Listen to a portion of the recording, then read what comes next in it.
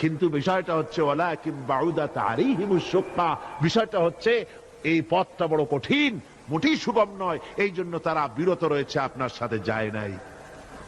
আর ফিরে যখন রাসূল এলেন, যখন আল্লাহর নবী জিহাদে বিজয়ী হয়ে যখন ফিরে এলেন মদিনায়, আল্লাহ রাব্বুল আলামিন বলেন এই মুনাফিকরা সকলের আগে রাসূলের সঙ্গে দেখা করেছে।